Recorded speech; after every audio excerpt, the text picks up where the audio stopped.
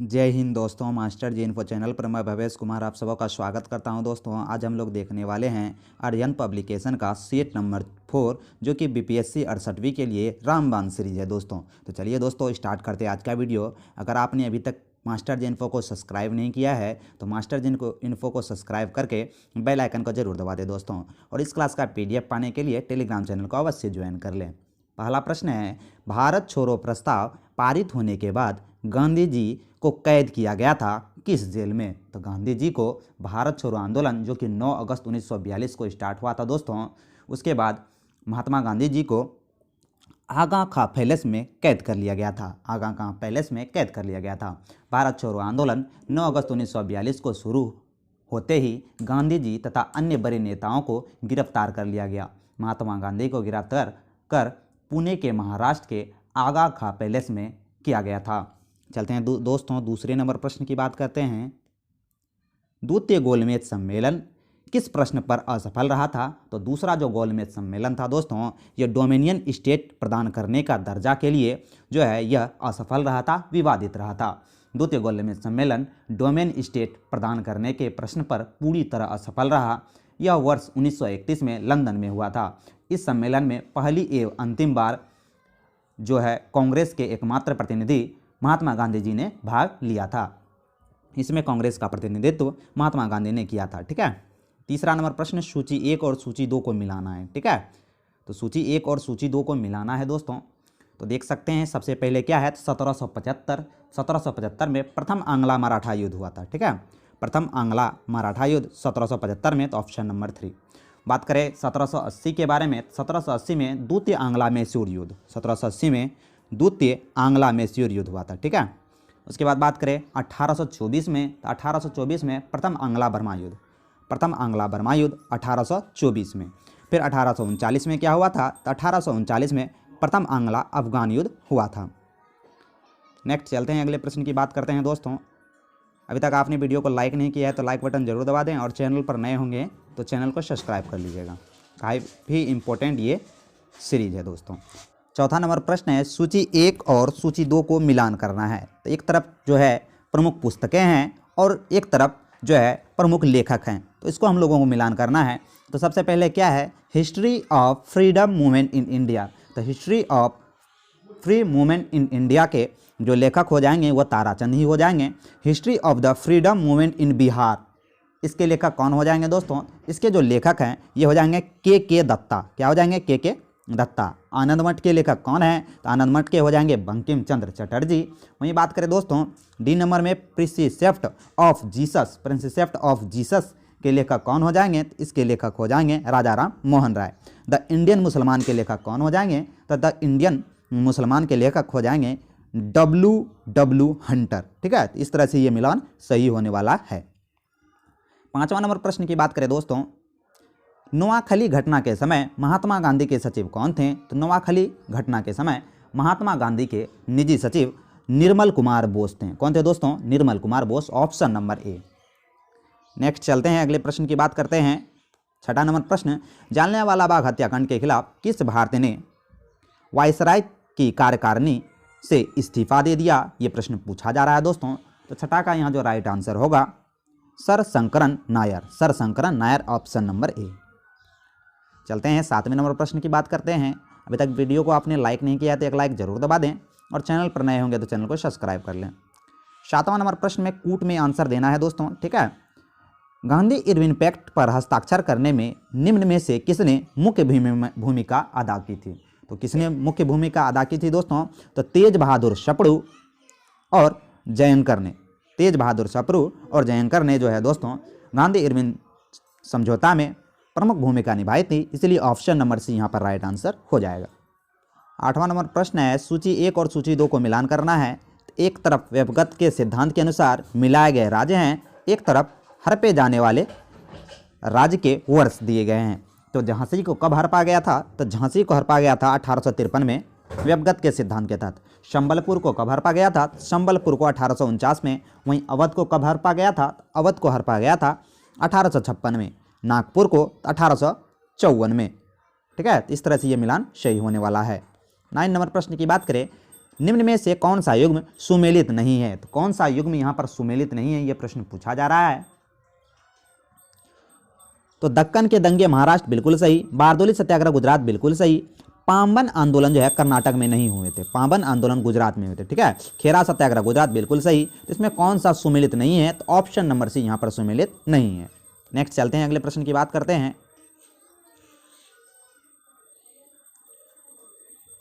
10वां number प्रश्न है, निम्न में से कौन पूंजीपति कई वर्षों तक कांग्रेस के कोषाध्यक्ष रहा और वर्ष 1930 में जेल भी गए थे?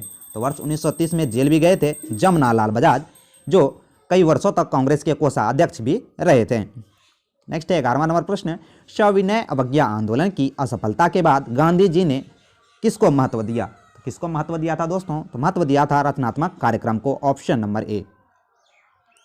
12वां नंबर प्रश्न है, 1857 ईस्वी के विद्रोह मुख्यतः किस कारण से असफल रहा था? किस कारण से असफल रहा था दोस्तों?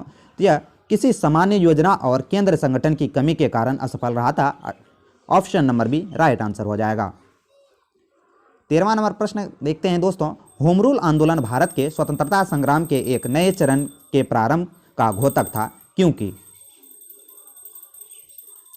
क्योंकि इसने देश के सामने स्वशासन की एक ठोस योजना रखी थी, इसीलिए होम रूल लीग प्रारंभ का घोतक माना जाता है, ठीक है। नेक्स्ट चलते हैं 14 नंबर प्रश्न, आज़ाद हिंद सरकार का गठन हुआ था। तो आज़ाद हिंद सरकार का जो गठन हुआ था दोस्तों, यह हुआ था सिंगापुर में। आज़ाद हिंद सरकार का गठन सिंगापुर में हुआ था। नेक्स्ट है 15 नंबर प्रश्न, वर्ष 1921 में मोपला आंदोलन किस आंदोलन की शाखा है? तो मोपला जो आंदोलन है दोस्तों, यह किस आंदोलन की शाखा है? तो असहयोग आंदोलन की शाखा है, ऑप्शन नंबर सी। बंकिम चंद्र चटर्जी की रचना कौन सी नहीं है? बंकिम चंद्र चटर्जी की रचना कौन सी नहीं है, ये प्रश्न पूछा जा रहा है। इसमें पोस्ट मास्टर जो है बंकिम चंद्र चटर्जी की रचना नहीं है, जबकि दुर्गेश नंदिनी बंकिम चंद्र चटर्जी, आनंद मठ बंकिम चंद्र चटर्जी, देवी चौधरानी बंकिम चंद्र चटर्जी की मुख्य रचना है। नेक्स्ट चलते हैं, अगले प्रश्न की बात करते हैं।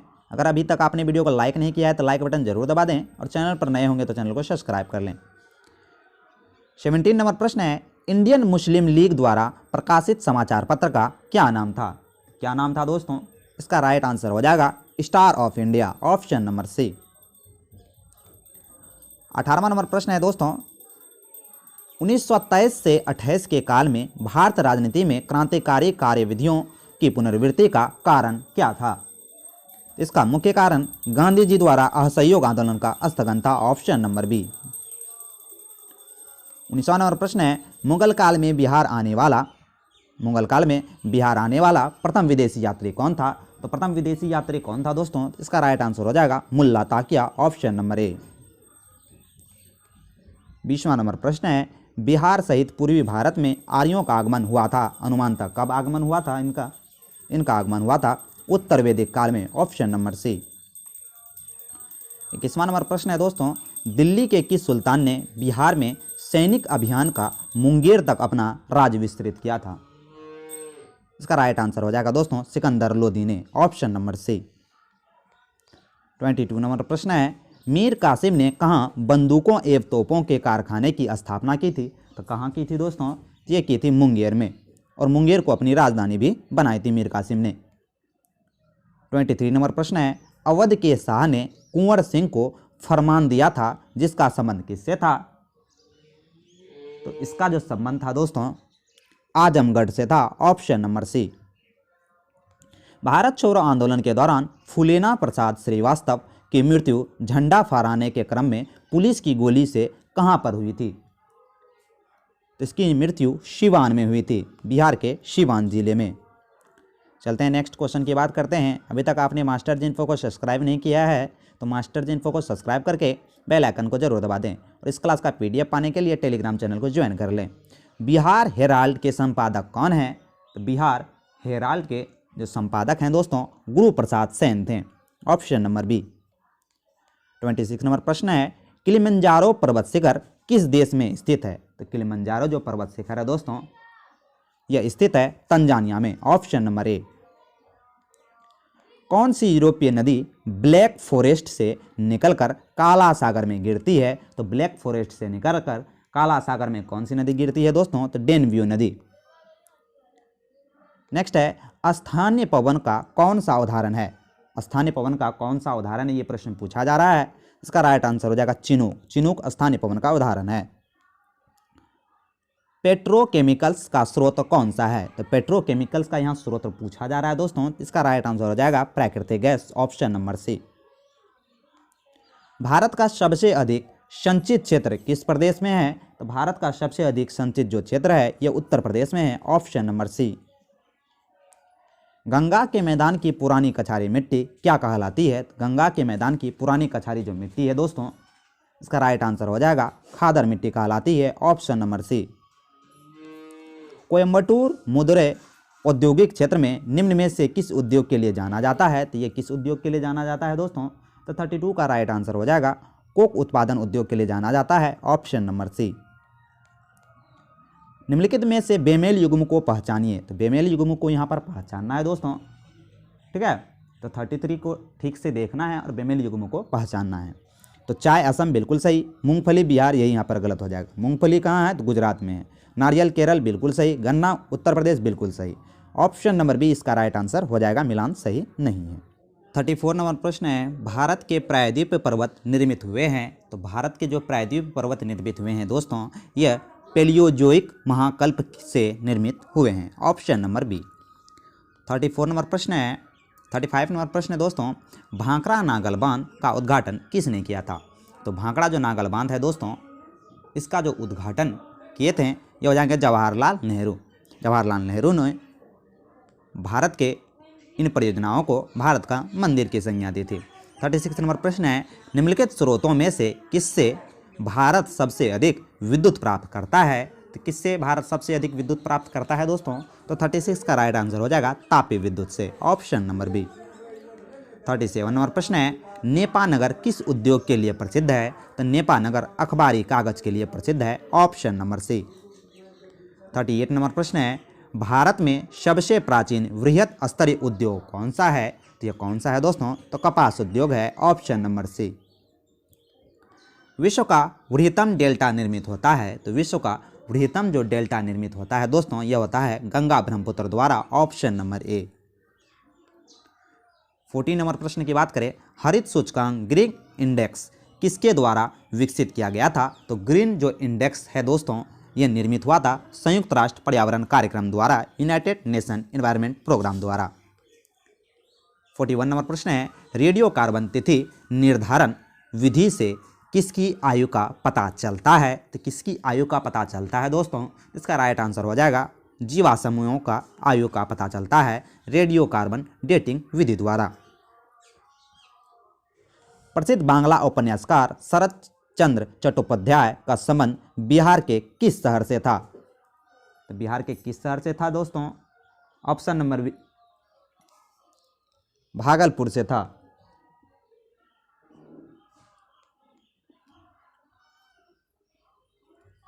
फोर्टी 44 नंबर प्रश्न है कोसी परियोजना एक संयुक्त परियोजना है। तो कोसी परियोजना जो एक संयुक्त परियोजना है दोस्तों, यह बिहार और नेपाल का है, ऑप्शन नंबर सी। पुनपुन नदी बिहार के किस स्थान पर गंगा में मिलती है? तो पुनपुन जो नदी है बिहार में गंगा नदी पर किस स्थान पर मिलती है दोस्तों? यह मिलती है फतवा के पास। फतवा पटना के निकट है दोस्तों, ठीक है।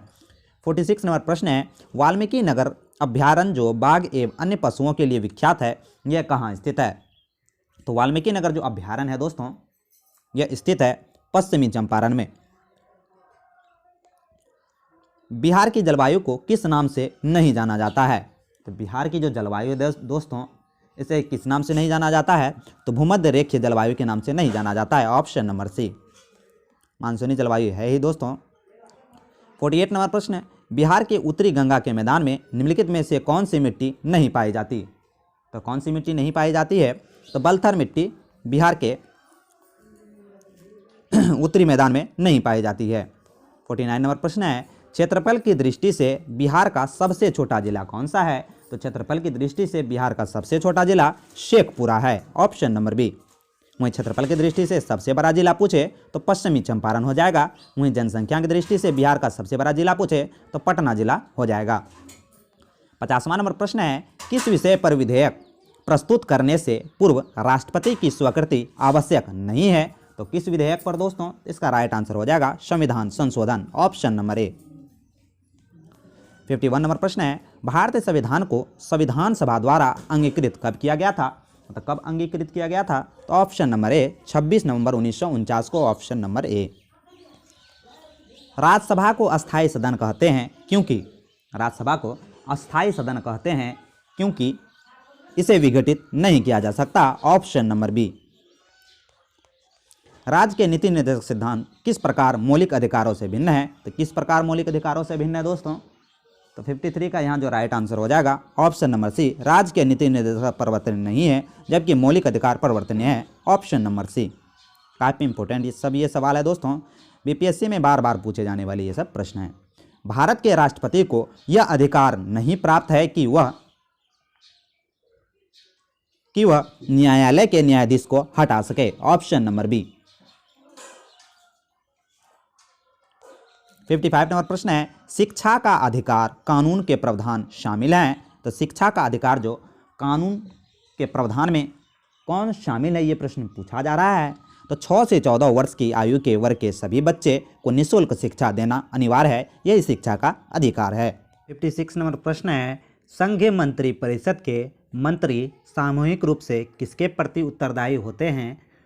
तो किसके प्रति उत्तरदायी होते हैं दोस्तों? इसका राइट आंसर हो जाएगा केवल लोकसभा के प्रति उत्तरदायी होते हैं, option number D is the right answer. 57 number प्रश्न है दोस्तों, कूट में आंसर देना है, ठीक है। भारतीय संविधान के अनुसार राज्यों की विधायिका में क्या सब सम्मिलित होते हैं? तो राज्यों की विधायिका में जो सम्मिलित तत्व हैं दोस्तों, ये क्या सब हो जाएंगे? तो राज्यों की विधायिका में सम्मिलित तत्व राज्यपाल, विधानसभा, विधान परिषद, इसका अस्तित्व होता है, यहाँ इसका अस्तित्व हो, ठीक है। तो इसीलिए 4 नंबर ऑप्शन ही राज्य के विधायिका में सम्मिलित होते हैं। नेक्स्ट चलते हैं दोस्तों अगले प्रश्न की ओर। 58 नंबर प्रश्न है, मौलिक कर्तव्यों को निर्धारित किया गया है? तो मौलिक कर्तव्यों को किस संवैधानिक संशोधन द्वारा निर्धारित किया गया है दोस्तों, ये प्रश्न पूछा जा रहा है। तो मौलिक कर्तव्यों को का जो निर्धारण हुआ है यह 42वां संवैधानिक संशोधन 1976 द्वारा हुआ है। भाग 4 का क अनुच्छेद 51 का क में जोड़ा गया है इसे। 59 नंबर प्रश्न है, आम चुनाव में मतदान की आयु 21 वर्ष से घटाकर 18 वर्ष कब कर दी गई? तो कब कर दी गई दोस्तों? तो इसका राइट आंसर हो जाएगा 61वां संवैधानिक संशोधन 1989 में। 61वां संवैधानिक संशोधन 1989 द्वारा मतदान के लिए आयु 21 वर्ष से घटाकर 18 वर्ष कर दी गई। 60वां नंबर प्रश्न की बात करें दोस्तों, संविधान में मंत्रिमंडल शब्द का कितने बार प्रयोग हुआ है और किस अनुच्छेद में प्रयोग हुआ है? तो संविधान में मंत्रिमंडल शब्द का जो प्रयोग हुआ है अनुच्छेद 74 में हुआ है, ठीक है।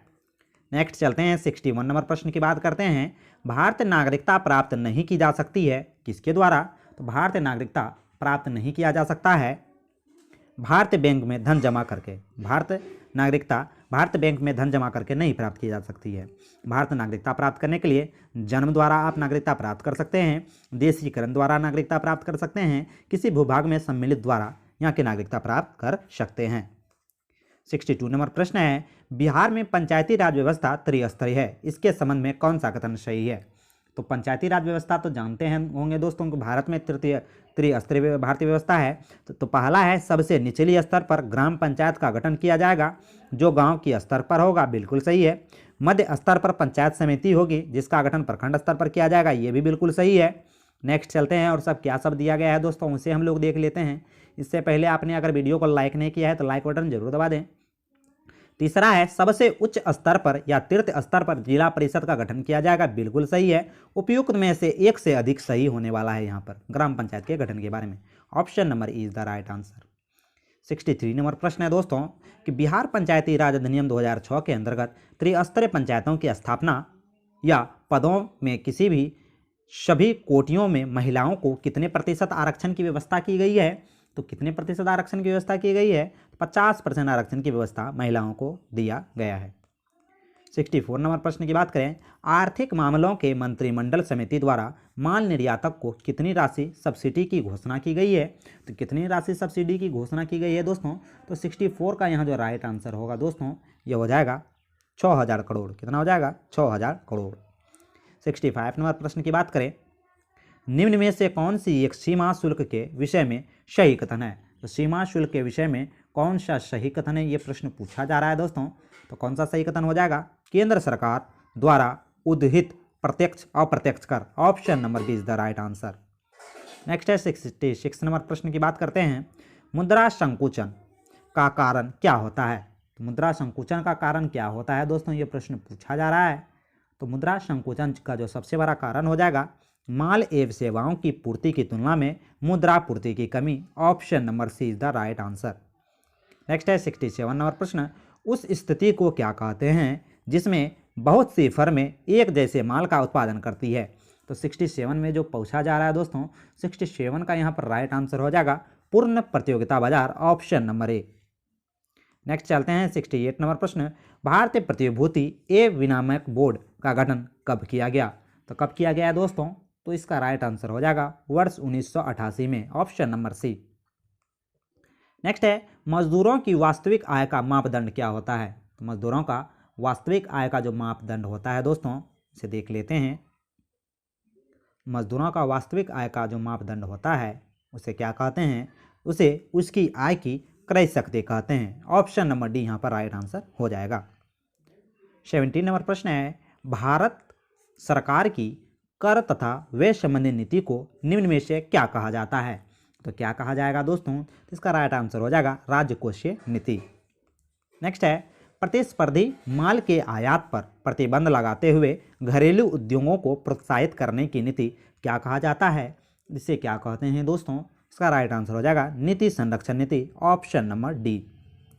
72 नंबर प्रश्न है, भारत में लघु उद्योग विकास बैंक सिडबी का मुख्यालय कहाँ है? तो सिडबी का जो मुख्यालय है ये लखनऊ उत्तर प्रदेश में है। 73 नंबर प्रश्न है, मुख्यमंत्री स्तर पर विकास परियोजना का बिहार में कितने जिलों में क्रियान्वयन किया गया है? तो कितने जिलों में क्रियान्वयन किया गया है दोस्तों? 6 जिलों में क्रियान्वयन किया गया है। Option number B. 74 नंबर प्रश्न है, बिहार राज्य का अपना कर प्राप्तियों में सर्वाधिक योगदान रहता है? तो सर्वाधिक योगदान किसका रहता है दोस्तों? तो इसका राइट आंसर हो जाएगा बिक्री व्यापार आदि पर कर। Option number B. 75 नंबर प्रश्न है, शारदा कुमारी देवी ने बिहार में मुख्यतः कहाँ स्वतंत्रता आंदोलन में सक्रिय भूमिका निभाई है? तो 75 का कौन सा आंसर होगा दोस्तों? तो ऑप्शन नंबर डी, मुजफ्फरपुर में शारदा कुमारी देवी ने बिहार में मुख्यतः स्वतंत्रता आंदोलन में सक्रिय भूमिका निभाई थी। 76 नंबर प्रश्न है, बिहार के किस स्वतंत्रता सेनानी ने गया कांग्रेस 1922 में स्वयं सेविका दल का गठन किया था? तो स्वयं सेविका गठन का जो स्थापना किया था दोस्तों, ये सुनीता सिन्हा ने किया था। Option number D. नेक्स्ट चलते हैं, अगले प्रश्न की बात करते हैं दोस्तों। वीडियो पसंद आए तो एक लाइक जरूर कीजिएगा, चैनल पर नए होंगे तो मास्टर जिन्फो को सब्सक्राइब कर लीजिएगा। 77 नंबर प्रश्न है, मानवाधिकार दिवस कब मनाया जाता है? तो मानवाधिकार दिवस के बारे में ये प्रश्न पूछा जा रहा है। तो मानवाधिकार दिवस मनाया जाता है 10 दिसंबर को। नेक्स्ट चलते हैं, अगले प्रश्न की बात करते हैं। भारत का पहला वैज्ञानिक उपग्रह कौन सा है? तो भारत का पहला वैज्ञानिक उपग्रह आर्यभट्ट है। 19 अप्रैल 1975 को इसे प्रक्षेपित किया गया था। बिहार आर्थिक सर्वेक्षण 2018-19 के अनुसार बिहार राज्य का उच्च पथ परियोजना के तहत राज्य में सड़क नेटवर्क के चौड़ीकरण में सहयोग करने के लिए निम्न में से किसने सहमति दी है दोस्तों? तो 79 का जो यहाँ पर राइट आंसर हो जाएगा दोस्तों, एशियाई विकास बैंक जिसका मुख्यालय मनाली में है, इन्हीं ने सहयोग प्रदान किया है। 80 नंबर प्रश्न है, राष्ट्रीय मस्तिष्क अनुसंधान केंद्र कहाँ अवस्थित है? तो राष्ट्रीय मस्तिष्क अनुसंधान केंद्र गुरुग्राम हरियाणा में स्थित है। ऑप्शन नंबर ए। एक निश्चित कोड में ये देख सकते हैं दोस्तों, रीजनिंग का सवाल है। रीजनिंग का और मैथ का सवाल हम लोग स्किप करते हैं और डायरेक्ट चलते हैं जीके जीएस प्रश्न की ओर। तो देख सकते हैं यहाँ दोस्तों, जीके जीएस हम लोग प्रश्न को देख लेते हैं। 91 नंबर प्रश्न है, नाभिक के चारों ओर निश्चित ऊर्जा वाली कक्षा को क्या कहते हैं? तो क्या कहते हैं दोस्तों? तो राइट आंसर हो जाएगा ऊर्जा स्तर। ऑप्शन नंबर सी। नेक्स्ट है 92 नंबर प्रश्न, जिस ताप पर द्रव का वाष्प दाब एक वायुमंडल दाब के बराबर हो जाता है उस ताप को क्या कहते हैं? तो उस ताप को क्या कहते हैं दोस्तों? तो इसका राइट आंसर हो जाएगा क्वेथनांग कहते हैं। नेक्स्ट है 93 नंबर प्रश्न, सूची 1 और सूची 2 को मिलाना है। ठीक है, 94 में क्या कह रहा है दोस्तों? सूची 1 और सूची 2 को मिलाना है। ठीक है, इसको हम लोग मिलान कर लेते हैं।